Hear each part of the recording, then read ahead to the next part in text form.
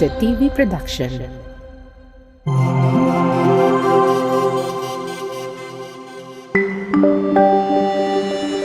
Your only island TV channel. Thank you, Ma'am Sor, and thank you, Sir All, and thank you, everyone, for sharing. Ayan, so I hope na may nakuha tayo, napulot tayong aral doon sa sinabi ng ating mga guest speakers, no? On how there is no parang uniform formula to forgive. But Alhamdulillah, our speakers, they all agreed that the best way to start is for acceptance, number one. And gusto ko yung sinabi ni Sir Earl, to establish partnership with God. No? Because God gives the ultimate strength. Okay? Forgiving is a gift. Forgiveness is a gift that God alone can give you. So we pray to Allah, to God, that He opens up our heart and plants in our heart the strength to forgive. No? So, may I open the floor again for another question? Who wants to ask? We can ask for two more. May gusto ba? Curious ba? Gustong magtanong? Yes. May tanong ka? Yes? You're allowed. What is the difference of forgetting and forgiving po? So how does your faith help you to What is the difference between forgiving and forgetting? May difference ba yon? Does it automatically implies that when you forgive, then you forget? Okay. Anyone? Yes po. Ma'am, naintindihan po natin yon. Pero, common denominator doon yung sincere. Kasi once ang isang tao humingi ng patawad, dapat sincere siya humaghingi at sincere din itong nagpatawad. Why? Sabi ng propeta Al-Qatil Maktulo Finnar, ang isang taong makapatay at napatay pareho sila sa loob ng impyerno. Sabi ng companion ni propeta, alam na namin ya Rasulullah, ang taong pumatay, matik sa impyerno. Pero yung taong pinatay, walang kasalanan, bakit kasali pa sa impyerno? Kasi sabi niya, naunahan lang siya. Kasi at the end of the day, kung makatsamba siya, papatay rin siya. Kaya kung maghingi ka ng patawad, dapat sincere. Now, once sincere, you forget everything. Apallahu amma salaf, patawarin ka ng Diyos lahat ng kasalanan mo at nakalimutan mo na ang lahat. Okay. Anyone? Yes po. What's the difference between forgiving and forgetting? May iba magsabi, I can forgive you, but I cannot forget. For the couple, I can forgive you, but I cannot forget what you have done. For the sweetheart, perhaps, it will be applied, but as our example, Jesus Christ gave an example that we need to forgive our fellow men. And may nagsasabi, my heart is the graveyard of your faults. Debatable or acceptable? Meaning, when a person repented,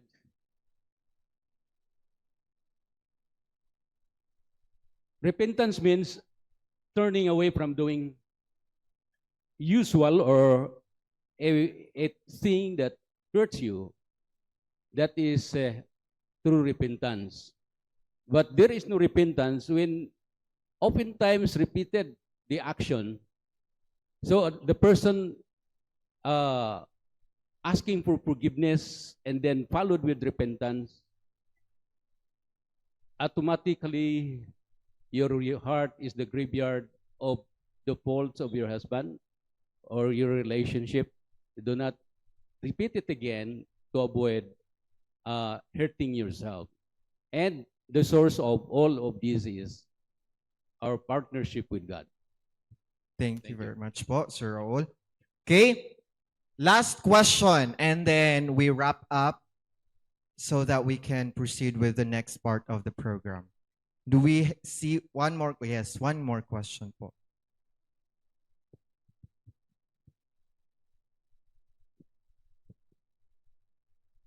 Good afternoon, everyone. My question is about, since our topic is mercy and forgiveness, my question is, how can interfaith foster a culture of mercy and forgiveness? Okay, napakagandang tanong. Ayan. Sige po, sino pong gustong unang? How can interfaith like this foster a culture of mercy and forgiveness? Paano nakakatulong ang ganitong interfaith dialogue in fostering mercy and forgiveness? Ayan, si Father.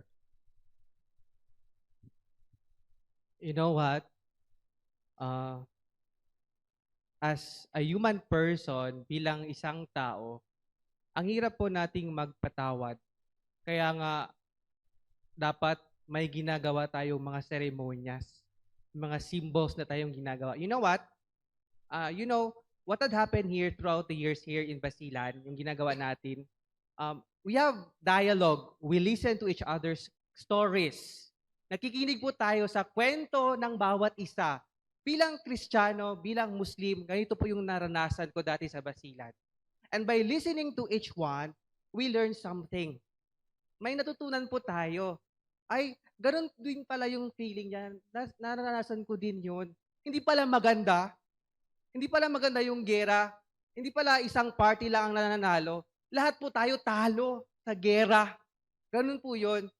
Pag narinig po natin yung kwento na yun, nare-realize po natin na, ganito pala yung buhay. Lahat pala tayo may kanya-kanyang struggle sa buhay. Kaya nga, mas naiintindihan natin yung isa't isa dahil sa kwento niya, dahil sa kwento niyo po, na mas nakakaintindi tayo. Mas nare-realize natin na pangit pala mag-away. Mas maganda palang magmahalan. Yun po yung nagpo-foster ng interfaith, no? So, through forgiveness, no? As what I've said, we go back, no? Nakikita niyo po ba yung mga simbolo dyan? Like for example, sa matalang, yung kamay, no? Gumawa po tayo ng mga shrines and symbols to foster forgiveness. Like for example, pag nag-break sa'yo yung kasintahan mo, anong ginagawa? Yung boyfriend mo, anong ginagawa mo? Sinusunog mo yung mga pictures, di ba? Para may parang may closure, di ba? Yun yung ginagawa. May ginagawa tayong seremonyas. Kaya nga, I want to go back yung difference din ng pagpapatawad at saka paglilimot. You know what? Wala talagang difference because when you forgive, you forget. Dapat mong kalimutan. Pero, naiiwan pa rin yung peklat, naiiwan pa rin yung marka doon. Nakalimutan mo na yung sakit, yung pait, pero yung hindi mo nakalimutan, pinatawad mo siya. Yun yung hindi mo makakalimutan. Dapat mong kalimutan yung pait at sakit, yung pain. Yung i-remember mo lang, yung pagpapatawad. Kaya nga, yun po yung difference nilang dalawa. Forget and forgive. No? Now, ito po, this is a good avenue for us to forgive and to forget. Mag-move on na po tayo. Yun po talaga. Based sa kwento niya, well, we are called to move on with our life. We forgive the past atrocities, anong nangyaring sakit, and we forget those events, but hindi po natin nakakalimutan na ang pagpapatawad. At the end of the day, when we forgive, when we forget, there is hope. Yun lang po, maraming salamat po. Thank you very much. Si Ustad. Konti na lang. Let me summary. Dapat po, ang interfaith, isa sa mga gawain na continuous process. Why? Kasi ang guidance po, unti-unti yan. Tawag sa Arabic term, istidraj. Yung ang guidance, na darating sa isang isipan at puso ng isang nilalang, unti-unti yan. Now, why? Ang sabi ng Allah sa Quran, sa Suratul Rum, وَمِنْ آيَاتِهِ خَلْقُ السَّمَاوَاتِ وَالْأَرْضِ وَاخْتِلَافُ أَلْسِنَتِكُمْ وَأَلْوَانِكُمْ. Nilikha tayo, iba-iba ang ating dila. Not literal dila, ibig sabihin nito, lengguwahe natin. Paano tayo magsalita? Sa lengguwahe pa lang, sa dialekto pa lang, hindi na tayo magkaintindihan. Ultimo nga Arabo, pag ayaw sila magsalita, pag may tatanungin ka, sa dedmahin ka lang, they give you flying kiss. Sabi niya, so bastos yan sa atin. Pag hindi mo maintindihan, galit ka. Anong klaseng reliyon na meron ka? Pinabastos mo ko harap-harapan. Good for them, but for us, is not a good sign. So, walwanikum, kulay natin. Iba-iba, may puti, may maroon, may red. So, iba-iba.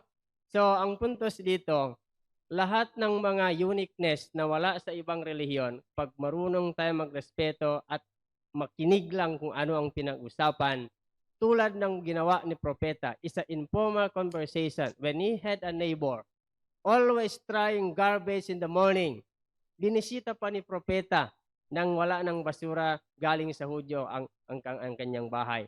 Sabi niya, saan ang kapitbahay kong Hudyo? Sabi ng asawa, nagkasakit. Binisita sa loob ng bahay. Ang sabi ng Hudyo, bakit ka bumisita sa akin? Ako pa nga may kasalanan sa iyo. Tapon ako ng tapon ng basura every morning. Sabi niya, our religion is a full of mercy. At marunong magpatawad. Kung ganun ang sabi niya, religion niyo, papasok na ako sa religion ninyo. Whether there is no compulsion in religion, walang sapilitan kung sino mang gustong pumasok sa aming religion, pero pag guidance darating at tumikit sa puso ng isang tao, tatanggapin niya yan. That is interfaith would contribute us a lot. Yes, so thank you very much. Yes, sir. The interfaith dialogue is a good example for the young mind. PD 603, the child is one of the most important assets of the nation. Every effort should be exerted to promote his welfare and a useful life. That's Presidential Decree 603. Now, let's begin to think how the young minds can get involved on this interfaith dialogue. Because in this program, it will inculcate their minds that we are all brothers and sisters. We descended from one parent, Adam and Eve. But only, nagkakaroon tayo ng sakit. Ang sakit, may diferensya na. Iba-iba na ang ugali. Dahil sabi ng isang author, bakit mayroon tayong maraming sakit? Sa spelling ng sakit is S-A-K-I-T.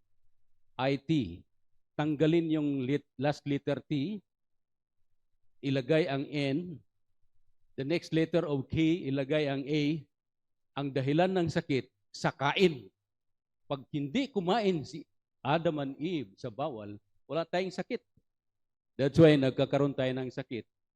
Differences of behavior, but the only solution is be united with God.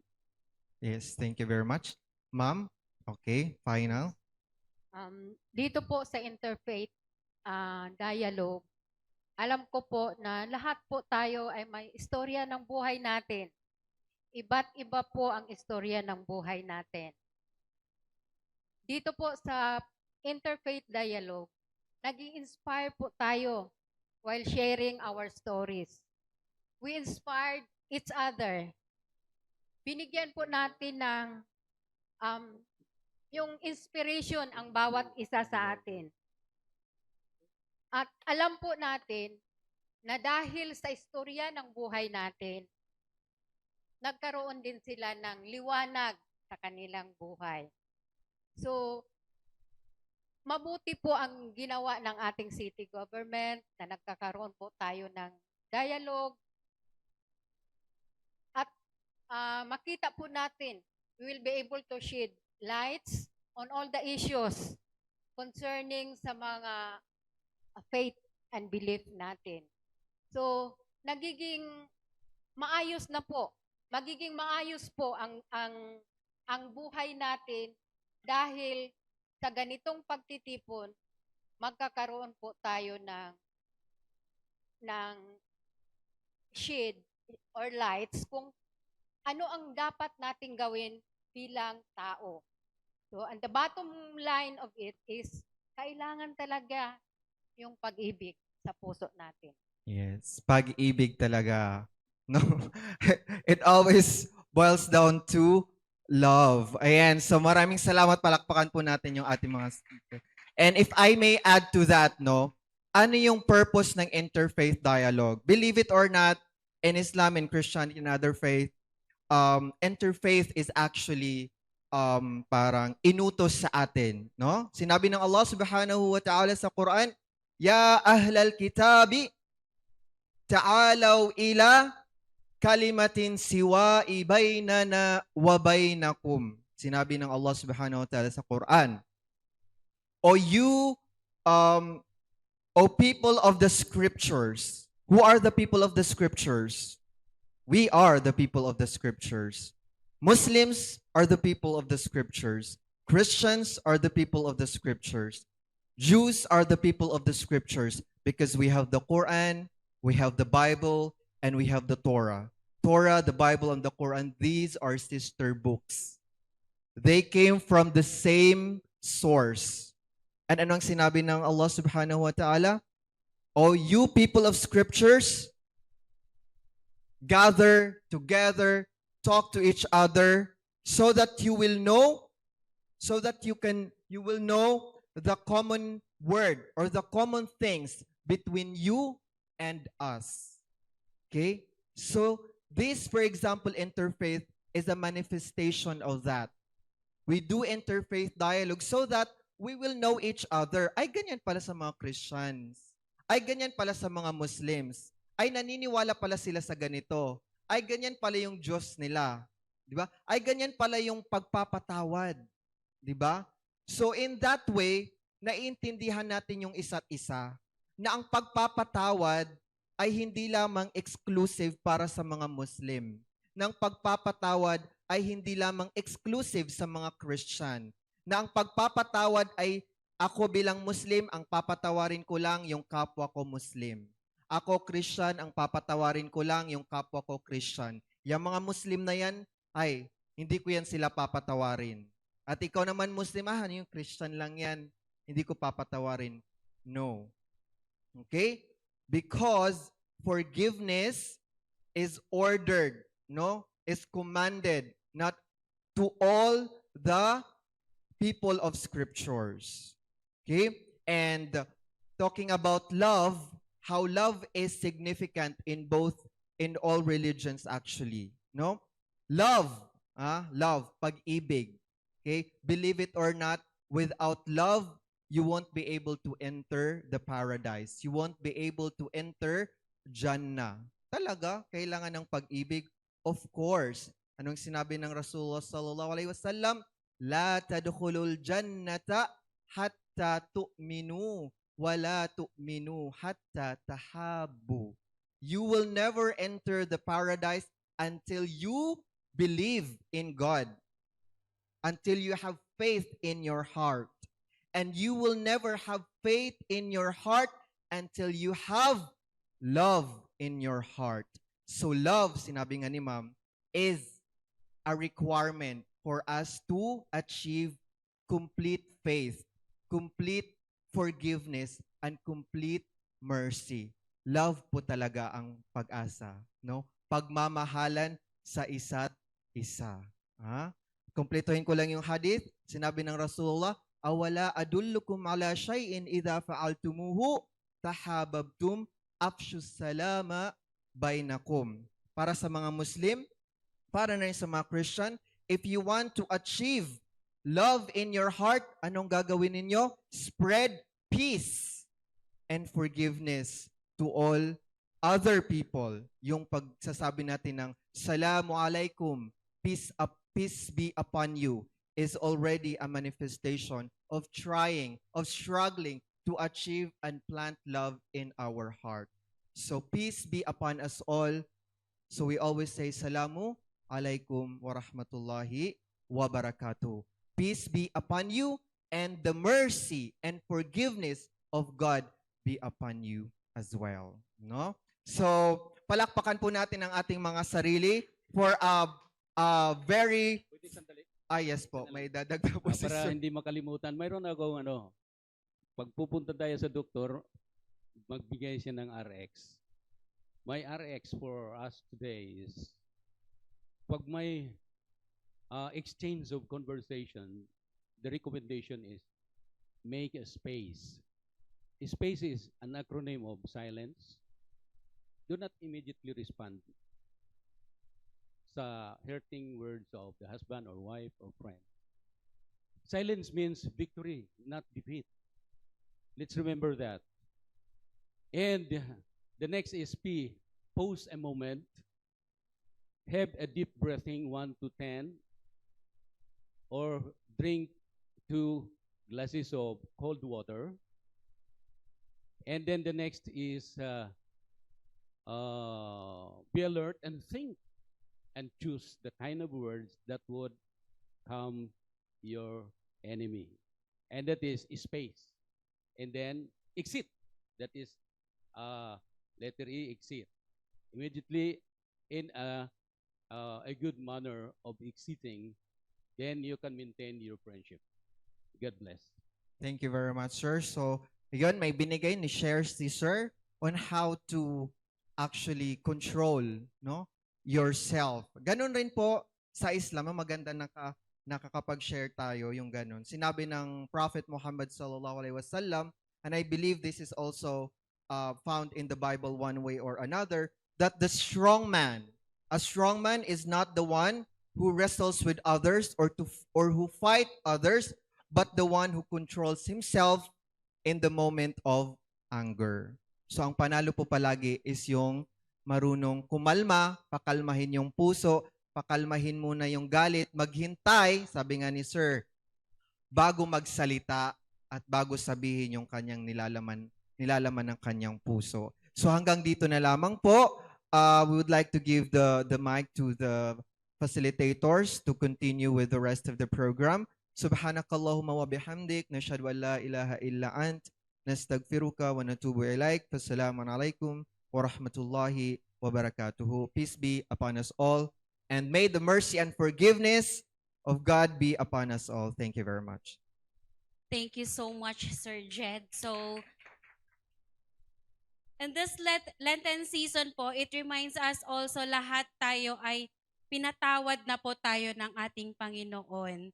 So yun po, that's the good reminder and beautiful reminder for today din po. So for this time, we'll have the distribution of certificate to our speakers.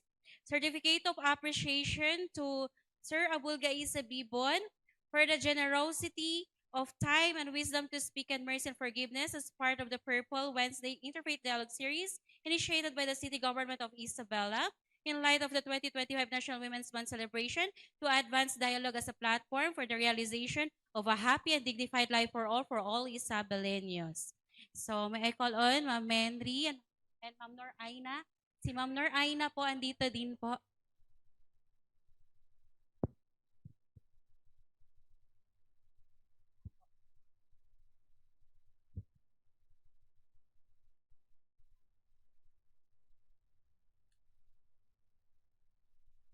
Certificate of appreciation to Reverend Father Ronel Antonio.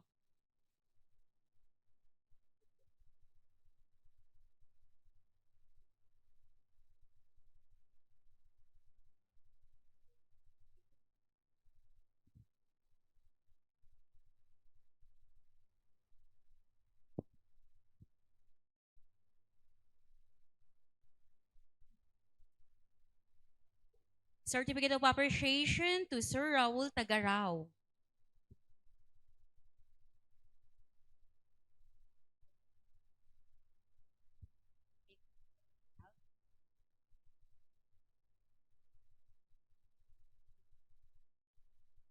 Certificate of appreciation to Ma'am Edith R. Amantillo.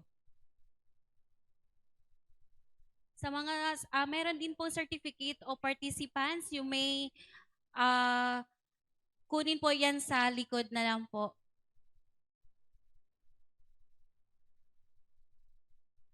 Our women empowering.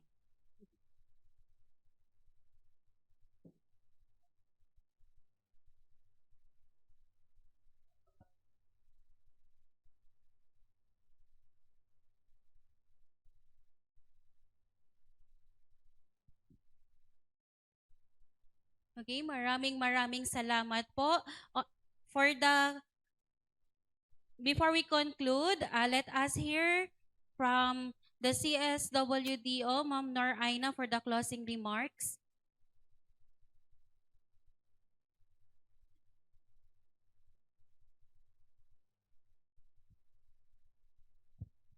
Good afternoon po sa lahat. Assalamualaikum warahmatullahi ta'ala wal barakatuhu. So on behalf of the city government of Isabela, headed by our very dynamic and vibrant city mayor, Honorable City Jania Turabin Hataman, and of course, our city information office, headed by Ma'am Mendian Lim, together with our CSWD staff, my CSWD staff over there. I would like to extend our gratitude to all of you sa pagbigay po at paglaan po ng inyong oras upang lumahok sa ganitong klaseng pagtitibon na alam kong kinapupulutan po natin ng aral. Lalong-lalo na po sa pag-intindi sa iba't ibang relihiyon na nai-share po ng ating mga magagaling na spiritual leaders dito po sa atin. So kahit iba-iba po ang ating paniniwala, alam po nating lahat na isa lang po ang ating Diyos, ang ating Panginoon at ang ating Allah. So muli, maraming salamat po sa ating lahat. Thank you.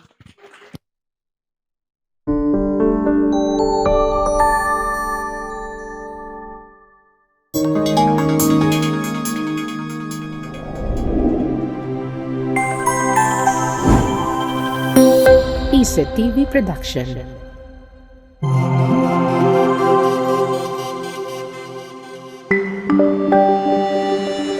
Your only island TV channel.